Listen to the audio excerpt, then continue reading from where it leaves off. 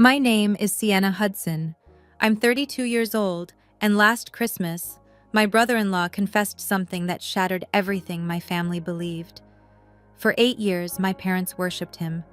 The Harvard Law graduate, the partner-track attorney at a prestigious firm, the man who gave my sister the perfect life. And for 8 years, they told me I had settled because my husband builds furniture with his hands instead of arguing cases in court. What Derek whispered to me in my parents' backyard, wine breath hot against my ear, changed everything. And what happened at that dinner table 3 hours later? My mother is still not speaking to me, but I'd do it all again. Before I tell you exactly what he said and why my sister is finally free, please take a moment to like and subscribe, but only if you genuinely connect with this story. Drop where you're watching from and your local time.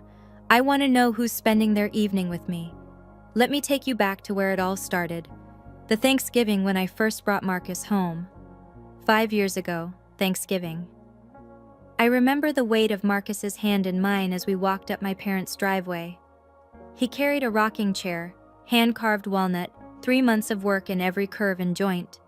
My mother opened the door. Her smile flickered when she saw him. "You must be Marcus." She looked at the chair. "Oh, that's rustic.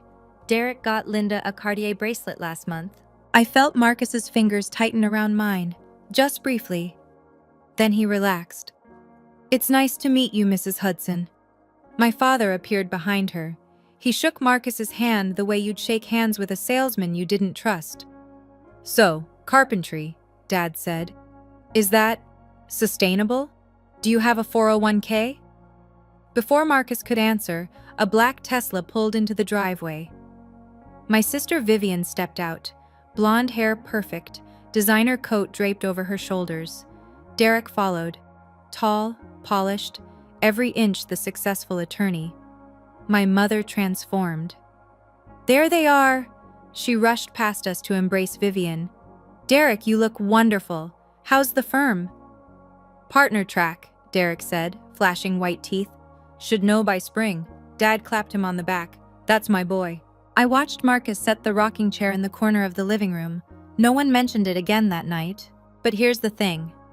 5 years later, that chair sits in my mother's reading nook. She uses it every single day. She's never once admitted it's the most beautiful piece of furniture in her house. That Thanksgiving was the first time I saw the pattern. I just didn't know how deep it went, or how much it would cost us all to finally break it. 2 weeks before last Christmas, I was in our kitchen, phone pressed to my ear, watching Marcus sand a tabletop in his workshop through the window. "Did you hear?" My mother's voice crackled with excitement. "Vivian and Derek just bought a house in Brookline. 4 bedrooms, a pool." "That's nice, Mom." "It's more than nice. It's what success looks like." She paused, the pause that always preceded the knife. "I just wish you had aimed higher, honey. Marcus is nice. But you settled. You know you did." I didn't answer. What could I say that I hadn't said 100 times before? "A carpenter, Sienna. My daughter married a carpenter." Through the window, Marcus looked up. He'd heard. The phone was too loud, or maybe my mother's disappointment just carried that well. He didn't react, just returned to his work, the sandpaper moving in slow, deliberate strokes. After I hung up, he came inside, sawdust in his hair, calluses on his palms, the hands my mother thought weren't good enough. "You okay?" he asked. I nodded. We both knew it was a lie. That night, lying in bed, I stared at the ceiling. Marcus breathed steadily beside me, already asleep or pretending to be. What my mother didn't know, what none of them knew, was that Marcus had just been commissioned for a project that would make Derek's salary look like pocket change. But that's not even the part that matters. What matters is this. I was starting to wonder if my silence was protecting my family or just slowly killing my marriage. Something had to change. I just didn't know it would happen so soon, or hurt so much when it did. That same night, I couldn't sleep. I lay there cataloging the evidence. 5 years of holiday dinners where Marcus excused himself earlier each time. 5 years of him never suggesting we visit my parents. 5 years of silence in the car ride home, his jaw tight, his eyes on the road. I'd told myself it was fine, that he understood, that our love was strong enough to absorb my family's disappointment. But love doesn't work that way. Contempt is corrosive. It seeps through cracks you didn't know existed. 6 months before that sleepless night, Marcus had asked me something. We were folding laundry, mundane, ordinary, when he said it. "Do you ever defend us to them?" I'd frozen, a pillowcase in my hands. "I mean, I hear what they say." His voice was quiet, not angry, worse, sad. "And I never hear you push back." I'd mumbled something about keeping the peace, about not making things worse. He'd nodded slowly. "Okay. Just okay." That one word carried more weight than any argument could have. I found out later that he'd written a letter to my parents. 3 pages, handwritten, explaining his work, his values, his love for me. He'd spent 2 weeks on it. He never sent it. When I asked him why, he shrugged. "What's the point? They've already decided who I am." Lying in bed that December night, I understood something I'd been avoiding for years. My silence wasn't neutral. Every time I let a comment slide, I was teaching myself that I wasn't worth protecting, that we weren't worth protecting. Marcus deserved better. Hell, I deserved better. Christmas was 2 weeks away. My parents expected us at their house, same as always. This year would be different. I just didn't know how different. The next day at work, I sat across from a patient named Julie, 28 years old, trapped in a relationship with a man who criticized everything she did. "He says I'm too sensitive," Julie said, twisting a tissue in her hands. "That I can't take a joke." I leaned forward. "When you stay silent about mistreatment, you teach yourself that you're not worth protecting." The words left my mouth, and something clicked, like hearing your own voice on a recording and not recognizing it. I was giving advice I couldn't follow. After the session, Dr. Eleanor Webb called me into her office. She was 58, silver-haired, and had been my mentor since my residency. "Sienna, I have good news," she smiled. "Your research on coercive control patterns, it's been selected. You're presenting at the March conference." What? "Don't look so surprised. You're one of our best. The board agrees." I walked back to my office in a daze.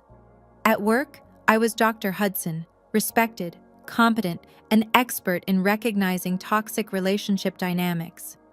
At my parents' house, I became someone smaller, someone who let her husband be insulted and said nothing. The disconnect was staggering. Dr. Webb had mentioned something else, almost in passing. A high-profile client seeking private consultation, someone going through a difficult situation. She'd given me the file to review. I didn't think much of it then. I would later. That evening, I made a decision. This Christmas, I wouldn't stay silent. I wouldn't swallow the comments and pretend they didn't sting. I had no idea that my small act of courage would collide with something much bigger. Secrets that had been festering in my sister's perfect house for years. But I'm getting ahead of myself. December 24th, 4:47 p.m. Marcus and I pulled into my parents' driveway. Christmas lights wound around the porch railings. A wreath hung on the red front door, picture perfect, as always. "You ready?" Marcus asked. "No, you?" "Never am." He grabbed the gift bag from the back seat, a jewelry box he'd carved from reclaimed oak, mother of pearl inlay. 20 hours of work. I took his hand. "Whatever happens tonight, I'm on your side." He looked at me. Something shifted in his eyes. Surprise, maybe. Hope. "Okay," he said softly. Inside, the house smelled like pine and roasting turkey. My father sat in his armchair. My mother fussed with place settings.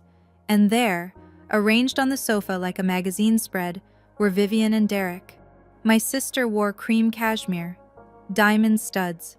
Her smile was perfect, and somehow wrong, like a painting hung slightly off-center. Derek rose to greet us. Tall, confident, every hair in place. "Little sister." He pulled me into a hug I didn't want. "Still saving the crazies?" My mother laughed. "Derek, don't be mean." But she was smiling. Marcus extended his hand. Derek shook it briefly, the way you'd handle something unclean. "Marcus, good to see you, buddy." Buddy, like they were friends, like there wasn't 5 years of contempt in that handshake. I turned to Vivian. We hugged, her arms wrapped around me, quick, mechanical. When I pulled back, her eyes darted away. She was thinner, much thinner than Thanksgiving. And there on her wrist, partially hidden by a gold bracelet, was that a bruise? Before I could look closer, she turned away. "I'll help Mom in the kitchen," she said. Something cold settled in my stomach, something I couldn't name yet. Dinner started at 6. The turkey was perfect. The conversation was a minefield. "Derek won a huge case last month," my mother announced, passing the gravy. "It was in the Boston Globe. Did you see it, Sienna?" I didn't. "You should have. Very impressive." She beamed at Derek. "Tell them about it." Derek launched into a story about corporate litigation. Words like precedent and settlement floated across the table. My father nodded along, rapt. When Derek finished, Dad turned to Marcus. "So, Marcus, business good? People still buying wood things?" Marcus set down his fork. "Custom furniture. Yes, business is great." "Custom furniture." Derek swirled his wine. "Must be nice. No deadlines, no pressure. Just sanding." "There's pressure," Marcus said evenly. "Different kind." Sure. Derek's smile didn't reach his eyes. I watched Vivian across the table. She'd cut her food into tiny pieces but hadn't eaten a bite. Her fork pushed the same sliver of turkey around her plate. "Vivian, honey, you're so thin." My mother frowned. "Derek, you need to feed your wife better." "She's on a diet," Derek said. "Wants to look good for New Year's." Something flickered across Vivian's face, there and gone, fast as a blink. Fear. I knew fear. I saw it every day in my patients. That micro-expression, the widened eyes, the tightened jaw, was unmistakable. My sister was afraid of her husband. The realization hit me like ice water. I gripped my fork, mind racing. "Right, Viv?" Derek was watching her now. Vivian nodded quickly. "Right, the diet." She didn't look up from her plate. I saw it, that flash of fear. And suddenly, 8 years of observation started clicking into place, like pieces of a puzzle I hadn't known I was solving. After dinner, we moved to the living room. The Christmas tree glowed in the corner. Stockings hung over the fireplace. Norman Rockwell couldn't have painted it better. My mother opened Marcus's gift first. She lifted the jewelry box from the tissue paper, turned it over in her hands. "Oh," she said, "it's homemade. Cute." Cute. 20 hours of hand-carved oak, and she called it cute. The old Sienna would have smiled and changed the subject. The old Sienna would have let it slide. "It took him 40 hours, Mom." My voice came out steady, clear. "That's $3,000 worth of labor, if he charged market rate." The room went silent. My father shifted in his armchair. "Sienna, don't be dramatic." "Wow," Derek chuckled. "Someone's sensitive tonight." I looked at him, held his gaze. "I'm not sensitive. I'm accurate." Marcus's hand found the small of my back. Not pulling me away, not stopping me, just there, present. My mother's mouth opened and closed. She wasn't used to this version of me. Vivian suddenly stood up. Her face was pale. "I need some air," she said, and walked toward the back door. As she passed the coffee table, her phone slipped from her cardigan pocket. It clattered onto the floor. Derek moved fast. Too fast. He scooped up the phone and slipped it into his own pocket in one smooth motion. Like a reflex, like he'd done it 1,000 times. Vivian didn't protest. She didn't even look back. She just walked outside into the cold December night, shoulders hunched like she was carrying something heavy.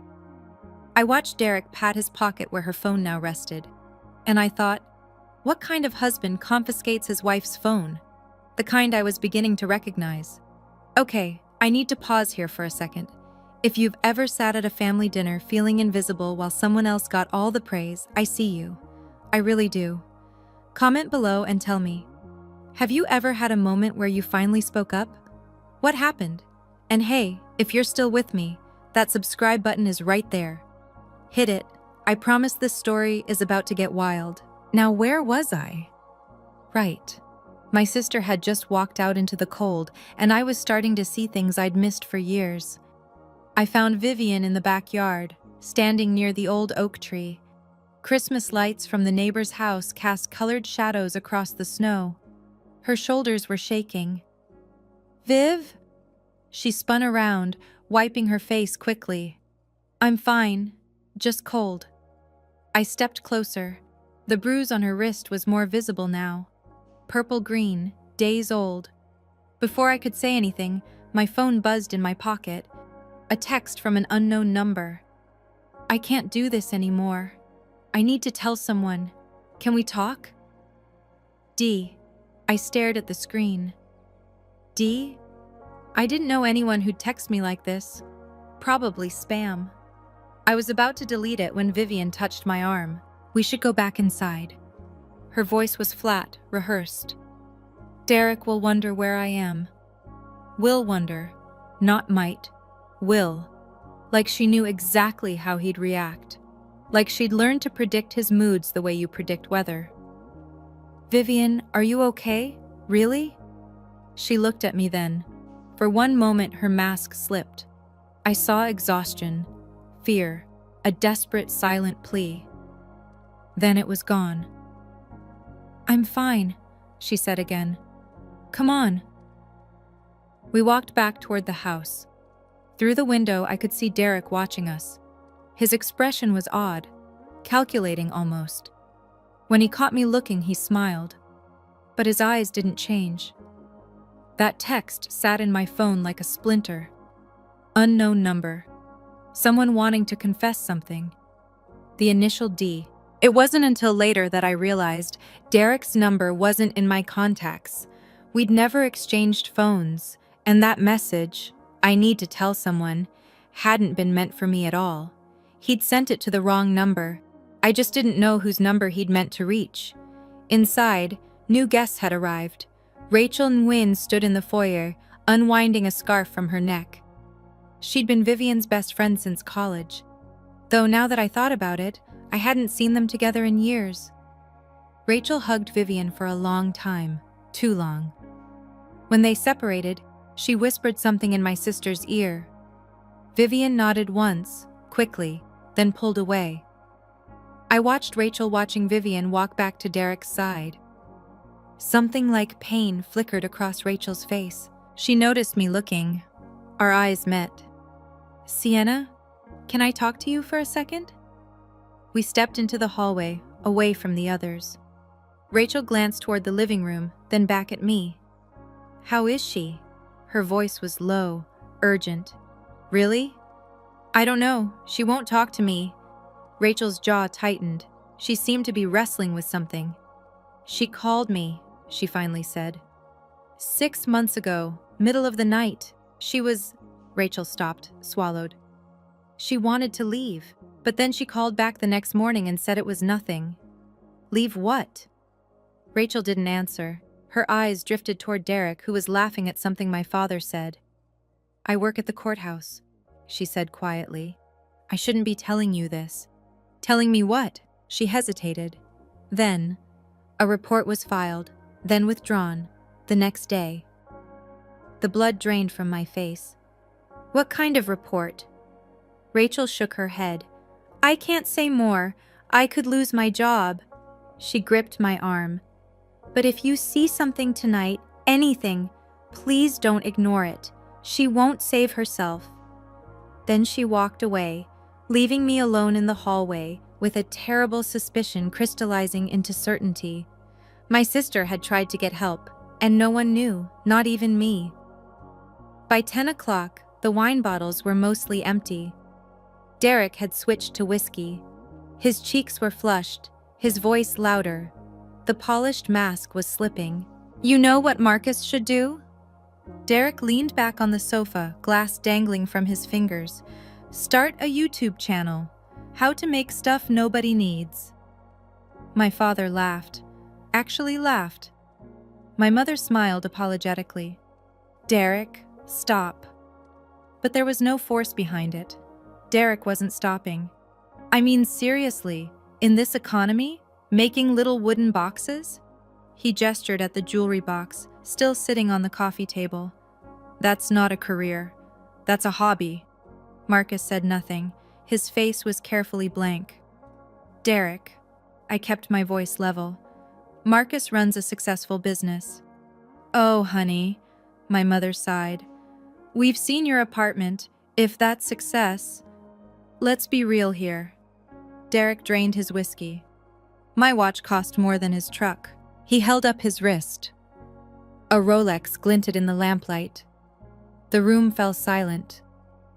Everyone's eyes moved to Marcus. He stood up slowly, no anger on his face, just a tired kind of resignation I'd seen too many times. "I think I'll get some air," he said. He walked past me, past my parents, past Derek's smirk. At the hallway, he paused, just for a second. I saw his shoulders drop, a small collapse, barely visible. In 5 years, I'd never seen Marcus look defeated. Until now. Something broke inside me, some last thread of patience, of keeping the peace, of maybe next time will be different. I looked at Derek, at my father, still chuckling, at my mother, who wouldn't meet my eyes, and I thought, no more, not tonight, not ever again. I didn't know I was about to tear my family apart. I only knew I was done watching them tear down my husband. "Enough!" I stood up. My voice cut through the room like glass breaking. My father frowned. "Sienna, sit down. You're making a scene." "I'm making a scene?" I heard myself say. "You just humiliated my husband in front of everyone, and you're laughing about it."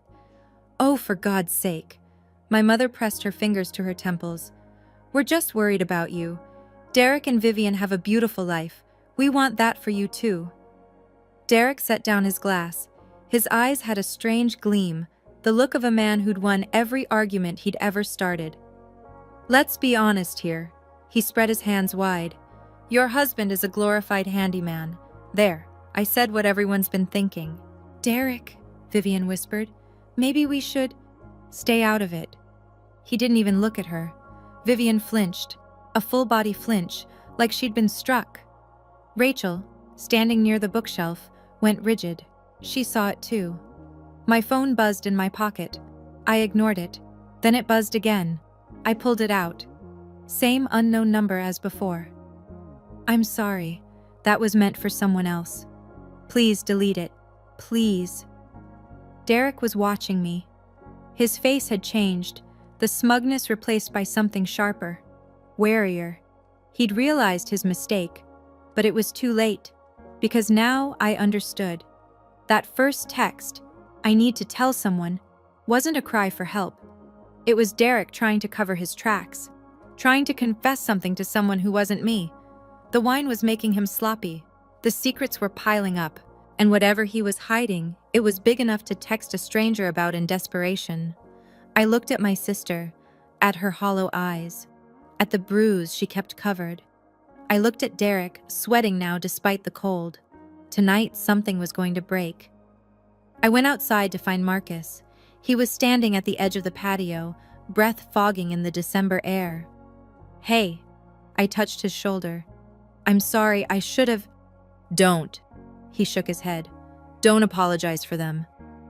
Before I could respond, footsteps crunched on the frozen grass behind us. "Sienna." Derek's voice was different now, softer, almost slurred. "Can I talk to you? Alone?" Marcus tensed beside me. "It's fine," I said. "Go inside. Get warm. I'll be right there." He hesitated, then nodded. As he passed Derek, the two men's eyes met. Something unspoken passed between them, Hostility, maybe, or warning. Then Marcus was gone, and I was alone with my brother-in-law in the shadows. Derek moved closer. I could smell the whiskey on his breath. "You think you have it bad?" His laugh was hollow. "You think your parents are hard on you?" "What do you want, Derek?" "Your sister." He swayed slightly. "Your perfect, beautiful sister. You know what she does every night?" I stayed silent. "She checks my phone, goes through my emails, times how long I'm in the bathroom." He jabbed a finger at his chest. "I'm the prisoner, not her, me." "Derek, what exactly are you saying?" "Everyone thinks I'm the bad guy." His voice cracked. "But you don't know. You have no idea what it's like living with her." I studied his face. The red-rimmed eyes, the performative pain. Something about his words felt rehearsed, like lines he'd practiced. I'd heard this speech before, not from victims, from abusers. "You're a therapist, right?" He stepped closer. "Then you know. Some victims aren't who you think." His hand gripped my arm, too tight.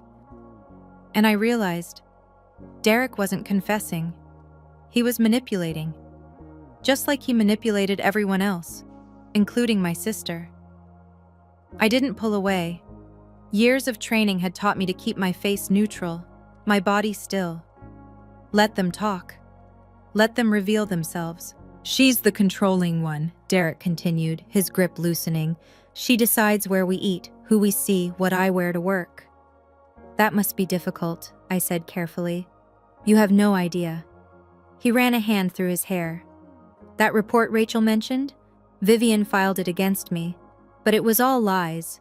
She hit herself, bruised herself. I swear to God." The words hung in the cold air between us. I'd seen this pattern dozens of times in my work. Darvo, deny, attack, reverse victim and offender, textbook narcissistic manipulation. "Derek," I kept my voice calm. "Who controls the bank accounts?" He blinked. "What?" "You said Vivian controls everything. The money, the schedule. But whose name is on the bank accounts?" His mouth opened, closed, opened again. "That's different. I manage our finances because I'm better with..." "Does Vivian have her own credit card?" "She doesn't need..." "Can she spend money without telling you first?" Silence. "I'm a trauma specialist, Derek." I stepped back, out of his reach. "I've heard this speech 100 times, from the abuser, never from the victim." His face changed. The wounded husband mask crumbled. Underneath was something harder, colder. "You don't know what you're talking about." "I know exactly what I'm talking about. Vivian was an architect, a good one. Why did she quit?" "Nothing." "Did you tell her to quit? Or did you make it impossible for her to keep working?" "She chose to stay home." Derek's voice rose sharply. "I gave her everything." The shout echoed across the yard, loud enough to carry through the windows, loud enough for everyone inside to hear. The back door swung open. Vivian stood in the doorway, backlit by the warm glow of the living room. Her face was pale as marble. "Viv." Derek's voice shifted instantly, softening. "Baby, we were just talking." She didn't look at him. Her eyes were fixed on me. "I heard," she said quietly. "I heard everything." Behind her, I could see movement. My mother's worried face, my father standing, Rachel gripping the doorframe. "Vivian, let's go inside." Derek moved toward her. "You're misunderstanding." "Don't." The word was small but sharp. Vivian took a step back. "Don't touch me." For a moment, Derek's mask slipped entirely. I saw rage flash across his features, white-hot and terrifying. Then it was gone, replaced by confusion, concern, the performance of a loving husband. "Honey, you're not well. You're tired. Let me..." "She's not tired." I moved to stand beside my sister. "She's finally saying what she's wanted to say for years." My mother pushed through the door. "What on earth is going on? Derek, Vivian, someone explain." "Nothing's going on." Derek smiled, that practiced, charming smile. Sienna's just having one of her episodes, being dramatic. You know how she— 8 years. Vivian's voice cut through his like a blade. 8 years, I've pretended. The silence was absolute. Even the Christmas lights seemed to stop twinkling. Vivian, sweetheart. My mother reached for her. What are you talking about? My sister looked at our mother, at our father, at Derek, frozen mid-performance. Then she pulled up her sleeve. The bruise wasn't alone. There were others. Faded yellow, healing green, fresh purple. A timeline of pain written on her skin. My mother's hand flew to her mouth, and I thought, this is it. This is the moment everything changes. She did that to herself. Derek's voice was steady, but sweat beaded on his forehead. She's mentally unstable. I've been trying to get her help. He checks my phone. Vivian's words tumbled out now, years of silence breaking like a dam. Every text, every call, every email. If I don't answer within 2 minutes, he calls until I do. Vivian, stop. Derek stepped forward. You don't know what you're saying. He controls all our money. I haven't had cash in 4 years. If I need groceries, he adds it to a list and has them delivered. So I can't go anywhere without him knowing. My mother swayed. Dad caught her arm. This is insane. Derek's composure was cracking. Linda, Robert, you know me. I would never. I haven't seen Rachel alone in 3 years. Vivian looked at her friend, tears streaming now. Because he said she was a bad influence. Because she asked too many questions. Rachel stepped forward, her voice shaking. She called me 6 months ago, 2 in the morning, crying, saying she couldn't leave because he'd take everything, the house, her credit, her reputation. That's hearsay. Derek whirled on Rachel. You can't prove. I work at the courthouse. Rachel's chin lifted. A domestic violence report was filed. Vivian withdrew it the next day because someone, her eyes locked on Derek, told her he'd destroy her if she didn't. My father had gone gray. He stared at Derek like he'd never seen him before. Is this true? Dad's voice was hoarse. Derek opened his mouth, closed it. For once, the silver-tongued lawyer had nothing to say. In the silence, a phone buzzed. Derek's pocket. Then again, and again. We all heard it. The vibration of incoming messages, rapid fire, urgent. Someone wanted Derek's attention very badly. Answer it. My mother's voice was barely a whisper. Answer your phone, Derek. His hand went to his pocket, hesitated. The phone kept buzzing, message after message. Who is it? Dad stepped forward. The respect he'd always shown Derek was gone, replaced by something harder. Who's texting you at 11 o'clock on Christmas Eve? Derek's smile flickered. Work, you know how it is. On Christmas Eve? Rachel crossed her arms. Pull it out, show us. For a moment, I thought he'd refuse. Then, perhaps calculating that refusal would look worse, he pulled out the phone.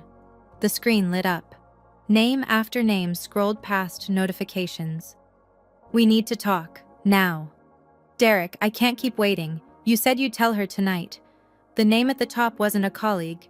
It was a woman's name, someone called Ashley, and the preview of her latest message read, The baby's due in April, you promised. My mother made a sound, something between a gasp and a moan. Vivian laughed. A broken, brittle sound. A baby, of course. Of course there's a baby. This isn't what it looks like. Derek was backing up now, phone clutched to his chest. I was going to tell you. I was going to... A baby. Vivian's laughter turned to something harder. 8 years of controlling everything I do, everything I wear, everyone I see, and you were building another life the whole time. Vivian, please. My wife isn't mentally unstable. The words came from behind me, Marcus's voice, calm and certain. She's a licensed therapist specializing in trauma. And what you just described? What you tried to pull? It's called Darvo. She wrote a paper on it. Derek's eyes darted between us. Trapped. Finally trapped. And for the first time, I watched my parents see him clearly. If you're watching this and it hits close to home, first, I'm sending you all my strength. Second, I need to know. Team, finally speak up, or team, get out of there immediately. Drop your answer in the comments, and if you haven't already, please hit that like button. It genuinely helps more people find stories like this one. Now, let's see how this Christmas dinner ends, because trust me, the fallout was just beginning. Derek grabbed his coat from the hallway. I don't have to listen to this. Vivian, we're leaving. No. The words stopped him cold. Vivian stood straighter than I'd seen her in years. Her voice shook, but it held. We're not leaving, you are. Vivian, be reasonable. I've been reasonable for 8 years. She stepped toward him. I've smiled at your partners, hosted your dinners, let you decide what I wore, what I ate, who I saw. I was reasonable when you made me quit my job, reasonable when you put me on an allowance like a child. Derek glanced at my parents, searching for allies. He found none. This is your choice, I said to Vivian. Not loud, not dramatic, just clear. Whatever you want to do, we'll support you. Vivian looked at Rachel, at Marcus, at me, then at our parents, who stood frozen by the fireplace. I want out, she said. I've wanted out for 3 years. I just didn't think anyone would believe me. I believe you. My mother's voice cracked. She crossed the room and pulled Vivian into her arms. I believe you, baby. I'm so sorry. I'm so sorry. Rachel pulled out her phone. I know a family lawyer, one of the best. She owes me a favor. This is ridiculous. Derek was edging toward the door. You'll regret this, all of you. Do you have any idea what I can— Derek. My father stepped into his path. The man who'd clapped him on the back an hour ago now blocked his exit. Get out of my house, now, before I call the police. Derek's face contorted with rage, but he saw the room. He saw he'd lost. He grabbed his coat and slammed the door behind him. The silence that followed felt like breathing again. After Derek left, no one moved for a long moment. Then Vivian collapsed onto the sofa, shaking with sobs. Rachel sat beside her, rubbing her back, murmuring things I couldn't hear. I turned to my parents. My mother looked like she'd aged 10 years. My father stood by the window staring at nothing. I love you both. I kept my voice calm. But tonight needs to be the last time you compare my marriage to anyone else's. Mom looked up. Sienna, we didn't know. You didn't know about Derek. I cut her off gently. But you knew exactly what you were saying about Marcus. For 5 years you knew. Silence. We just wanted— My father's voice trailed off. We wanted you to have security.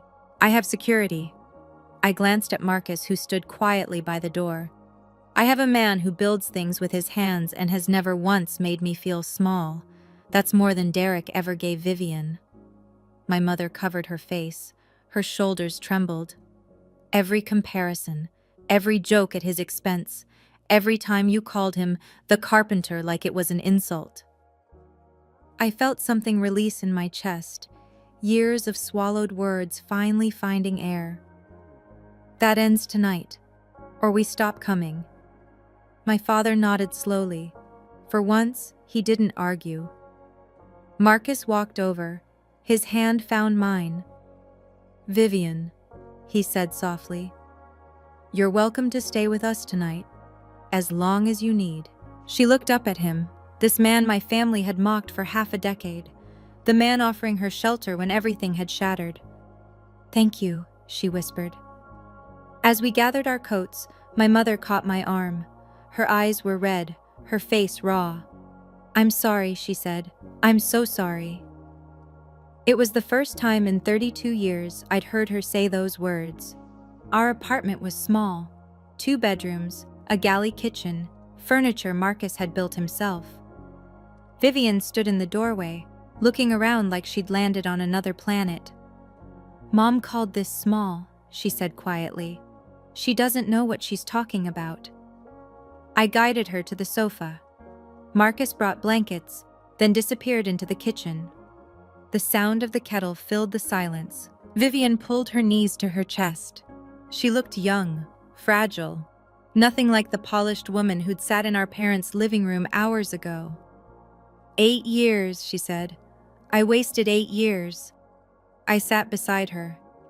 You survived 8 years. That's different. I forgot what it felt like. She looked around at our living room, at the hand-carved bookshelves, the warm light. To feel safe in a room.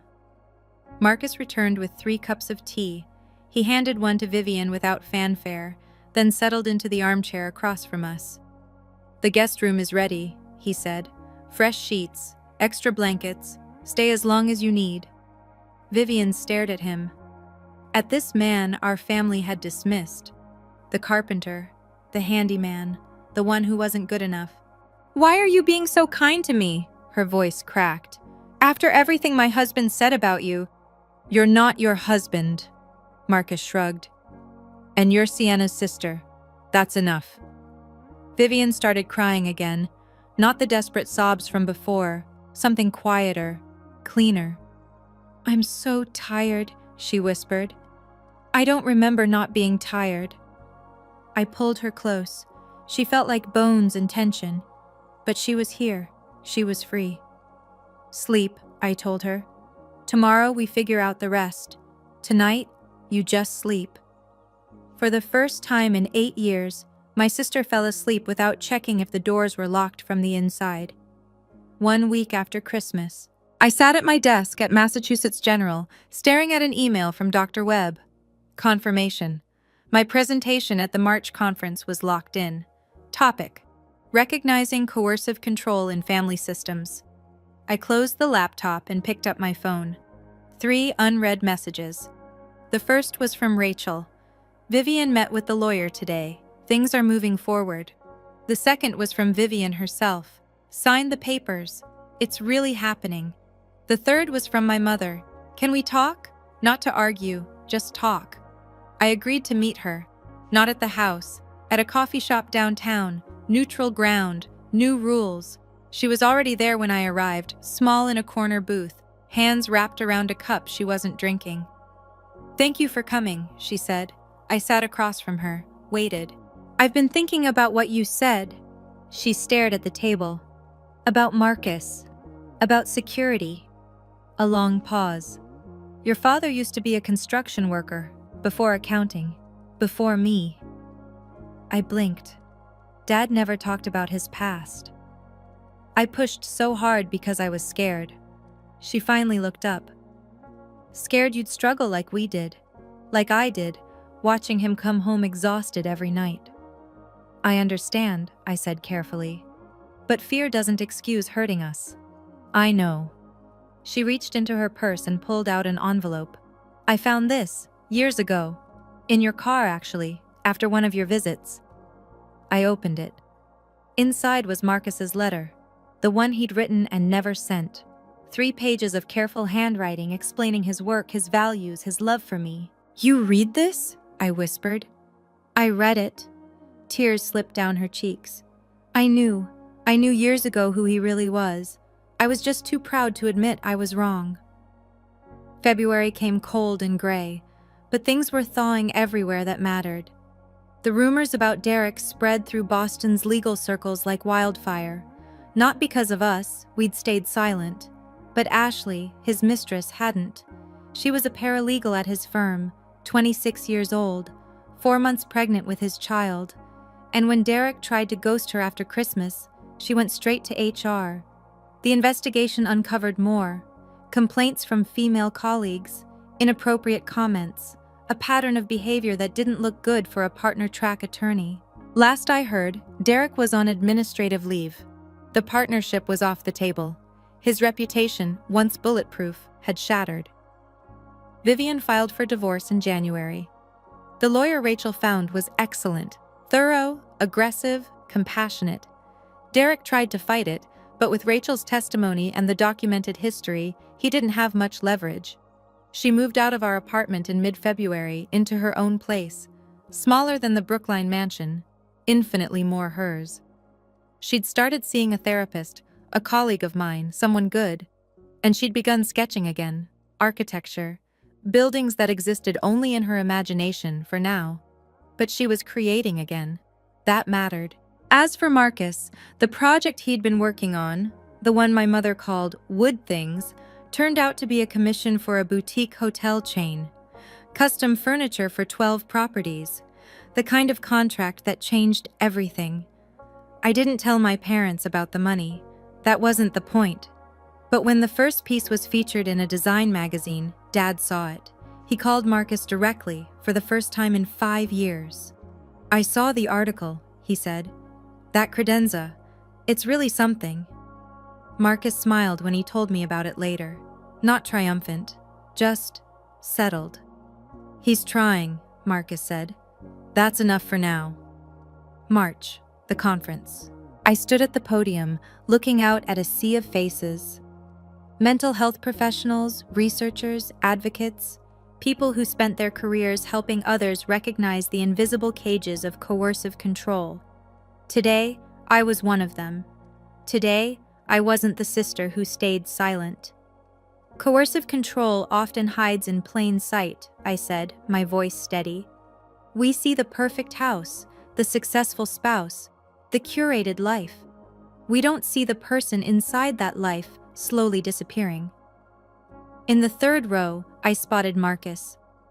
Beside him sat Vivian, thinner but brighter-eyed than she'd been in years. And next to them, unexpected, impossible, sat my parents. I hadn't known they were coming. Mom had mentioned wanting to support me, but I'd assumed it was just words. Yet there they were, watching, listening. I continued the presentation.